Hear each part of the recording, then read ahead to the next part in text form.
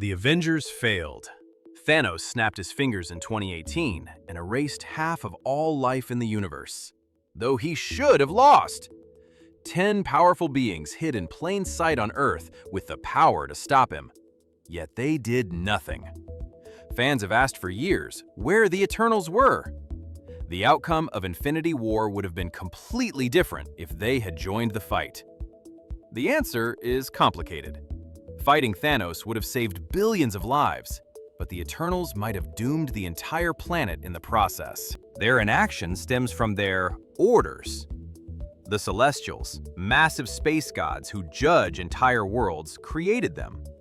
Their leader, Arishem, gave them one specific command to protect humanity from the deviants. They were forbidden from interfering in any human conflict unless deviants were involved. This rule was programmed into their very nature, rather than being a mere suggestion. They watched humans destroy each other in wars, plagues, and disasters for 7,000 years. They stood by during the Chitauri invasion in New York and watched Ultron lift a city into the sky. Thanos arriving was just another human conflict to them, even if the stakes were universal. Ajax held them back because she believed their mission was more important than any single war. The situation becomes worse because Thanos was not just a random alien warlord. The comics depict him as an Eternal with a deviant gene mutation, explaining his purple skin and massive size. The MCU confirmed this connection when Eros introduced himself as the brother of Thanos in the post-credits scene of the Eternals movie.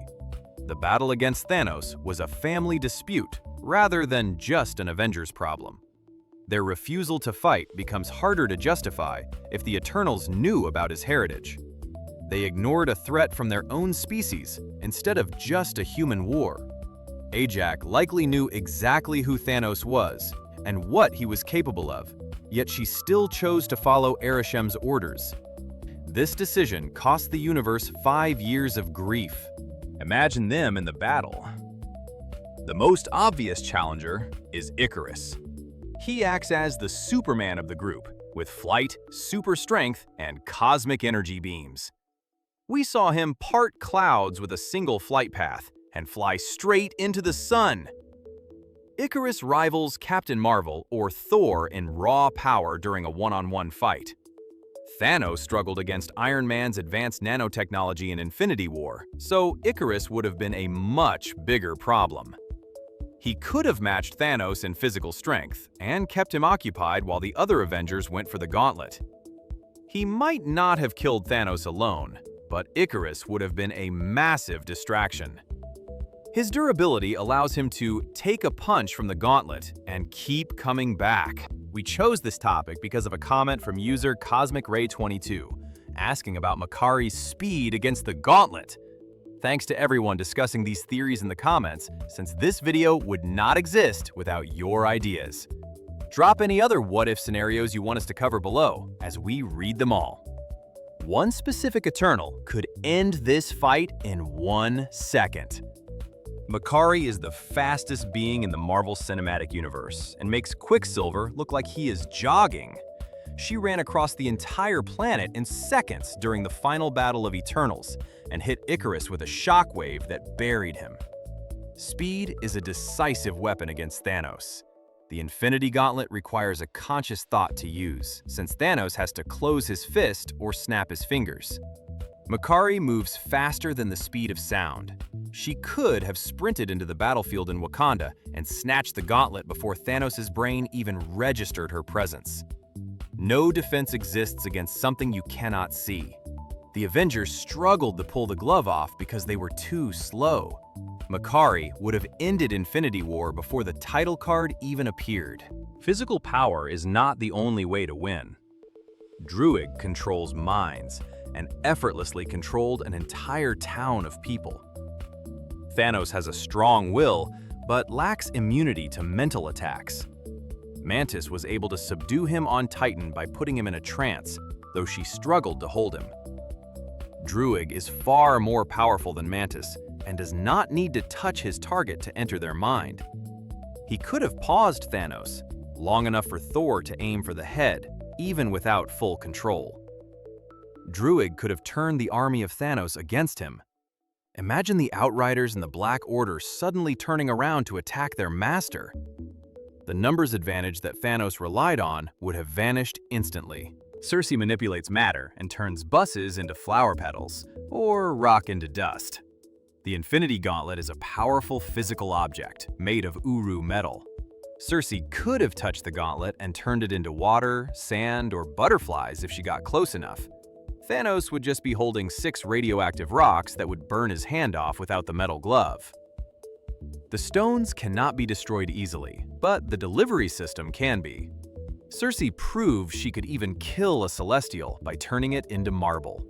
A metal glove would be child's play for her, regardless of its origin. This remains one of the most peaceful, yet effective ways the war could have ended. No punches are thrown, leaving just a pile of dust where the most dangerous weapon in the universe used to be. Phastos acts as the technological genius of the group, and his inventions guided humanity's development for centuries. He creates complex energy weapons and restraints in combat. Phastos created a device during the fight against Icarus that successfully pinned the strongest Eternal to the ground. He could hold Thanos if he could hold Icarus. Phastos could have designed a machine specifically to dampen the energy of the Infinity Stones, or bind the hands of Thanos so he could not close his fist. Doctor Strange used magic to hold Thanos, but magic can be broken. Phastos uses cosmic engineering to analyze threats and build instant counters. He would have built a cage that not even the Mad Titan could break out of, given 5 minutes of prep time. He is the strategic advantage the Avengers were missing. The Battle of Wakanda was a desperate struggle where thousands of Outriders overran the Avengers. This ground battle becomes insignificant if the Eternals are present. Gilgamesh could knock out dozens of aliens with a single blow, using his fists coated in cosmic energy. Athena would slice through the enemy lines with her energy weapons, faster than anyone could track. Kingo would act as living artillery by blasting enemies from a distance.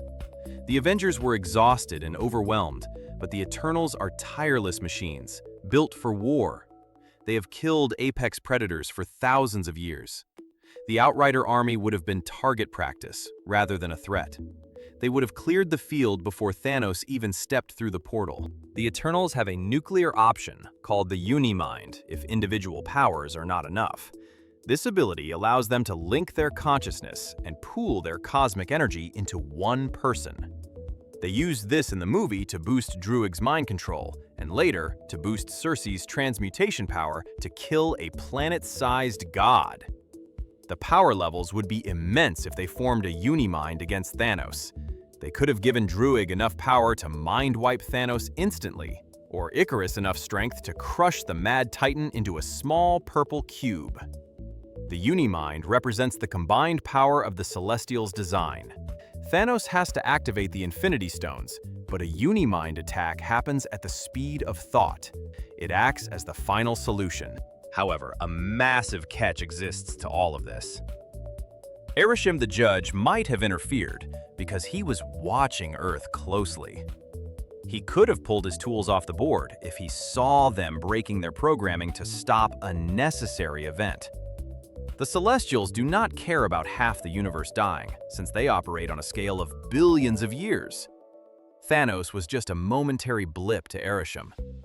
However, the Eternals rebelled against Arishem in their own movie, and he did not stop them, until after they killed Tiamat.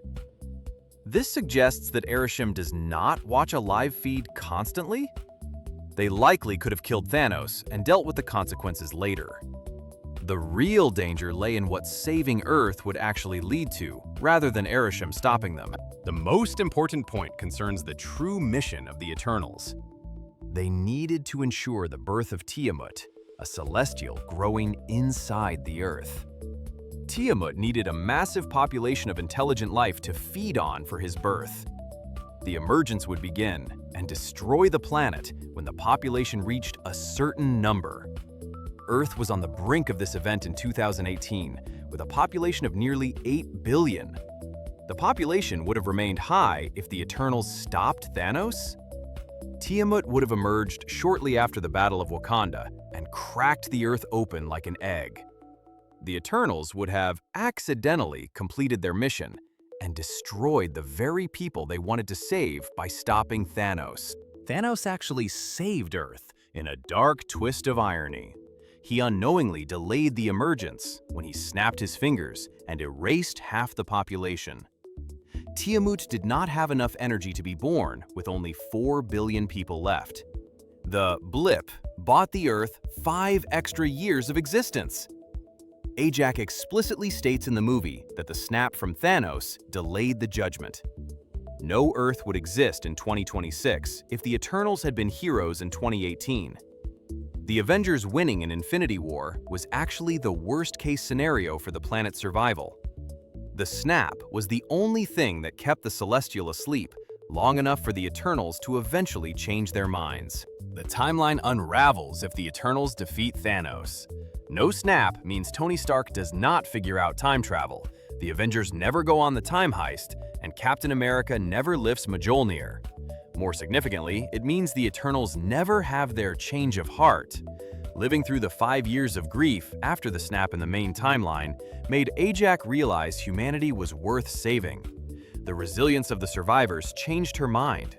She would have remained loyal to Arishem if life had continued as normal. She would have let Tiamat emerge. The tragedy of the snap acted as the catalyst for their rebellion. The Eternals would have remained obedient machines without that pain. The Eternals certainly could have defeated Thanos. Makkari's speed, Druig's mind control, and Cersei's transmutation were hard counters to the Infinity Gauntlet.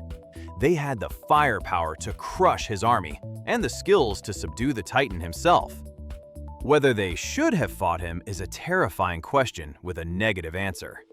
Their victory would have led to the immediate extinction of the human race via the Emergence.